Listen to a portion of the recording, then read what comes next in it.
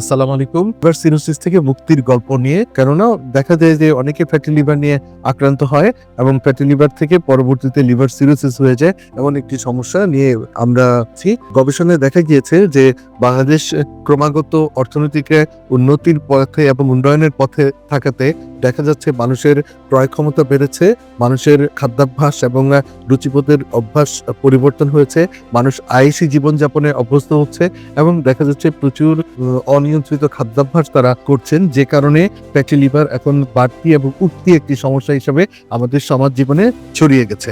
এবং গবেষণায় দেখা গিয়েছে বর্তমানে আমাদের দেশে প্রায় 25 থেকে 30% মানুষ সেডেন্টারি লাইফস্টাইল লিড করেন, অর্থাৎ তারা আয়েশি জীবনযাপন করেন, অর্থাৎ হাঁটাচলা কম করেন, লিফটে চলাফেরা করেন, গাড়িতে কিংবা রিক্সায় বাসে চলাফেরা করেন এবং শারীরিক পরিশ্রম বা কায়িক পরিশ্রম বলতে যা রয়েছে তা কোনোভাবেই করেন না। এটি একদিকে, এবং অন্যদিকে তারা অনিয়ন্ত্রিত খাদ্যাভ্যাসে অভ্যস্ত, তারা প্রচুর পরিমাণে ভাত খান, চিনি জাতীয় খাবার খান এবং প্রচুর ফাস্টফুড এবং এই ধরনের শর্করা জাতীয় খাবারে তারা অভ্যস্ত হয়ে থাকেন। এই অবস্থাগুলোর পরিপ্রেক্ষিতে দেখা যাচ্ছে আমাদের তরুণ কিশোর থেকে শুরু করে বয়োজ্যেষ্ঠরাও আজ ফ্যাটি লিভারে আক্রান্ত হচ্ছেন। আরেক গবেষণায় দেখা গিয়েছে যে এই বর্তমানে বাংলাদেশে প্রায় 33 থেকে 36% মানুষ ফ্যাটি লিভারে আক্রান্ত এবং এদের মাঝে অনেকেই সাথে ডায়াবেটিস, উচ্চ রক্তচাপ, হাইপার ট্রাইগ্লিসারিডেমিয়া এবং হাইপার ইউরিসেমিয়া অর্থাৎ ইউরিক অ্যাসিড বেশি, এই সমস্যাগুলো কিন্তু তাদের সাথে রয়েছে। আর এক গবেষণায় দেখা গিয়েছে 2031 সাল নাগাদ এই সংখ্যাটি প্রায় 60% যে পৌঁছতে পারে বলে আশঙ্কা করা হচ্ছে। তো ফ্যাটি লিভার হলে পরে সেই ফ্যাটি লিভার কিন্তু একাকী থাকে না, এর সাথে উচ্চ রক্তচাপ থাকে, এর সাথে ডায়াবেটিস থাকে, এর সাথে হাইপোথাইরয়েডিজমের সমস্যা থাকে, এর সাথে দেখা যায় যে ট্রাইগ্লিসারাইড অনেক সময় বেশি থাকে, এর সাথে দেখা যায় যে ইউরিক অ্যাসিড বেশি থাকে, এজন্য গিরু ব্যথা করে, জয়েন্ট পেইন হয়, শরীরে বিভিন্ন জায়গায় ব্যথা করে এবং কিডনি ক্রমাগতভাবে নষ্ট হতে থাকে। এবং ফ্যাটি লিভার থাকলে পরে দেখা যায় কিছু রিস্ক বেড়ে যায়, যেমন অনেকের দেখা যায় স্ট্রোকের ঝুঁকি বাড়ে, কারো হার্ট অ্যাটাকের ঝুঁকি বাড়ে, প্যানক্রিয়াটাইটিসের ঝুঁকি বাড়ে, ফ্যাটি লিভারের ঝুঁকি বাড়ে, এই ধরনের নানাবিধ সমস্যাগুলো কিন্তু থেকেই যায়। তো আমার কাছে এই সম্মানিত রোগী বিগত 20 অক্টোবর আমার কাছে এসেছিলেন। তার উচ্চ দেহের 19 অক্টোবর এসেছিলেন প্রথমে। তার যেটি ছিল, তার ওবেসিটি ছিল, অর্থাৎ তার দেহের স্থূলাকৃতি এবং তার ওজন অনেক বেশি ছিল। প্রায়, ভাই আপনার ওজন কত ছিল? 122 কেজি ওজন নিয়ে তিনি এসেছিলেন এবং তিনি অনিয়ন্ত্রিত খাদ্যাভ্যাসে অভ্যস্ত ছিলেন এবং কায়িক পরিশ্রম তেমন করতেন না। তো তখন তার যে পরিস্থিতি ছিল, তার আমি কিছু পরীক্ষা আমি করেছি, সেখানে তার এসজিপিটি এসজিওটি বেশি ছিল, ইউরিক অ্যাসিডটি ছিল 9.81 এবং তার ফ্যাটি লিভারের মাত্রাটি ছিল, তার যেটি এলএসএম লিভার স্টিফনেস ছিল 12.1 এবং তার ক্যাপ স্কোরটি ছিল 328 এই অবস্থায় ছিল এবং তার 122 কেজি ওজন ছিল এবং তার উচ্চতা হলো 5 ফুট 10 ইঞ্চি, তাই না? তাহলে সেক্ষেত্রে তার শারীরিক ওজন হওয়া উচিত ছিল 72 কেজির মতো, কিন্তু সেখানে তার ওজন ছিল 122 কেজি, অতিরিক্ত ওজন তার ছিল। তো এই অবস্থায় তাকে আমি যে চিকিৎসাগুলো দেই, তাকে কিছু ওষুধ দিয়েই এবং কিছু নিয়ম কানুন মেনে চলতে পারি। যথারীতি তাকে বলেছি ব্যায়াম করতে, রোজা রাখতে, দিনের বেলা না শুতে, খাবার নিয়ন্ত্রণ করতে এবং ওষুধ খেতে, যেগুলো আমি সবাইকে বলে থাকি। তো আমাদের শ্রদ্ধেয় ভাই সে আমার দিক নির্দেশনাগুলো অক্ষর অক্ষরে এবং পুঙ্খানুপুঙ্খভাবে তিনি পালন করেছেন। আজ তিনি এসেছেন কিছু পরীক্ষা করে, তার রিপোর্টগুলো আপনাদের সামনে উপস্থাপন করছি।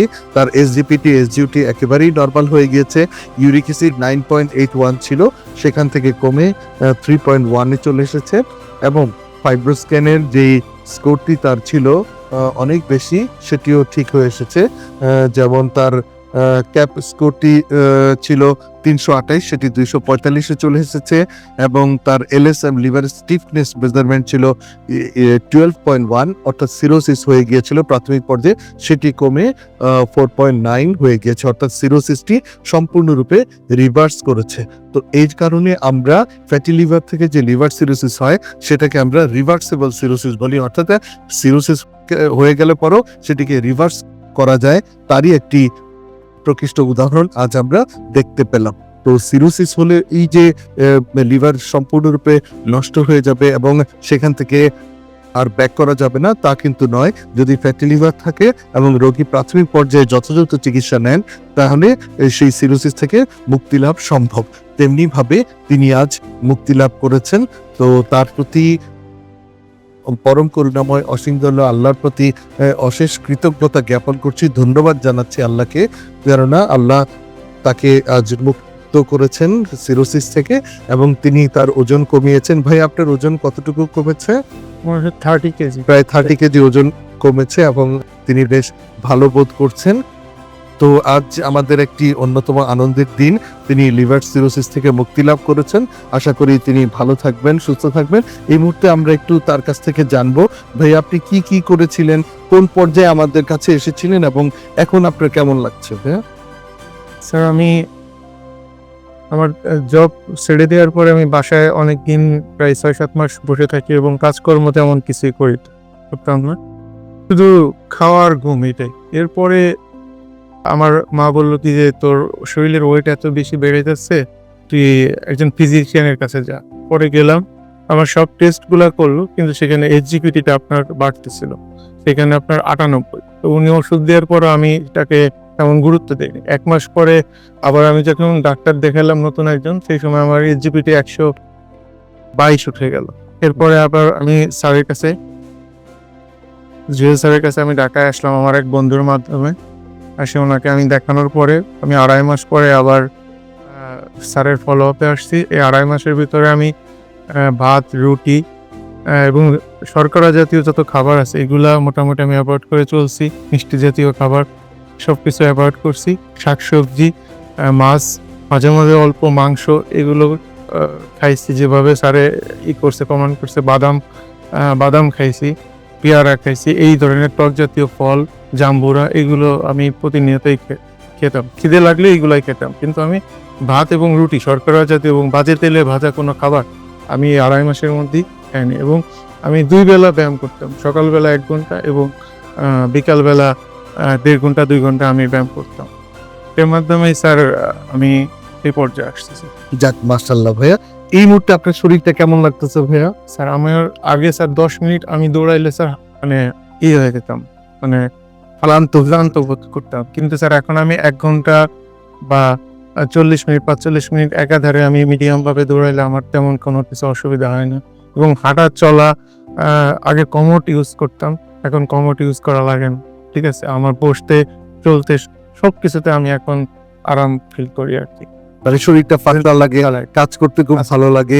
আমি তো রোগীকে বলি যে আপনার যদি ক্যাপাসিটি কমায় নিয়ে আসতে পারেন, সেক্ষেত্রে আপনার শরীর ভালো লাগবে, কাজে উদ্যম পাবেন, মন ভালো হয়ে যাবে, বয়স কমে যাবে, চেহারা আরো সুন্দর হয়ে যাবে। আপনার কিন্তু সুন্দর লাগছে আগের আমার চেয়ে। বোন এবং আমার বন্ধুরা বলতো যে তোর এত ওয়েট কমে যাচ্ছে, কিন্তু তোর ইসের মধ্যে, চেহারার মধ্যে একটা গ্লেসনেস আসছিস আস্তে আস্তে, আগে এরকম ছিল না। যে সময় তুই ওয়েট এত বেশি ছিল, ওবেসিটি ছিল, সেই সময় তোর মুখে একটু কালো ছোপ দাগ ছিল, কিন্তু তোর শরীরে এখন পরিবর্তন হচ্ছে। মাশাআল্লাহ, মানে চেহারা সুন্দর হয়ে যাচ্ছে। মাশাআল্লাহ, তাহলে তো নতুন প্রস্তাব আসতেও। আমি সর্বোপরি আল্লাহর কাছে আল্লাহর কাছে শুকরিয়া জ্ঞাপন করি। আমি 5 ওয়াক্ত নামাজ কালাম পড়ি এবং স্যার আল্লাহর মানে আপনার ওসিলায় স্যার আমি আল্লাহর রহমতে স্যার এখন সুস্থ জীবন যাপন করতেছি। যাক মাশাআল্লাহ, অনেক ধন্যবাদ ভাইয়া। তাহলে আপনি সুস্থ হয়ে গিয়েছেন, এটা আমাদের জন্য অনেক বিরাট একটি পাওয়া এবং এটা একটা অনুপ্রেরণা। এবং আমি আশা করব আমাদের দেশে যেহেতু ফ্যাটি লিভার অনেক বেড়ে যাচ্ছে দিনকে দিন এবং ফ্যাটি লিভারে আক্রান্ত রোগীর সংখ্যাও বাড়ছে, এবং যেহেতু ফ্যাটি লিভার একটি দীর্ঘমেয়াদী জটিল এবং খারাপ রোগ, এবং ফ্যাটি লিভারের পরিণতি দেখা যায় সিরোসিস কিংবা লিভার ক্যান্সার কিংবা ফ্যাটি লিভারের সাথে যে রোগগুলো থাকে তার জন্য জীবনহানির শঙ্কা থাকে, যেমন স্ট্রোক হয়ে যেতে পারে, হার্ট অ্যাটাক হয়ে যেতে পারে, লিভার ক্যান্সার হয়ে যেতে পারে, এই অবস্থাগুলো হয়। তো আপনি যেভাবে মুক্তি পেয়ে যাচ্ছেন ইনশাল্লাহ এই রোগ থেকে, তো আপনার মাধ্যমে আমরা চাচ্ছি যে আরো মানুষ যেন উৎসাহ পায়, আরো মানুষ যেন ভালো থাকতে পারে, সুস্থ থাকতে পারে। তা আমি বলবো আপনার এলাকায় যে আপনি অন্তত কমপক্ষে 10 জন মানুষকে আপনি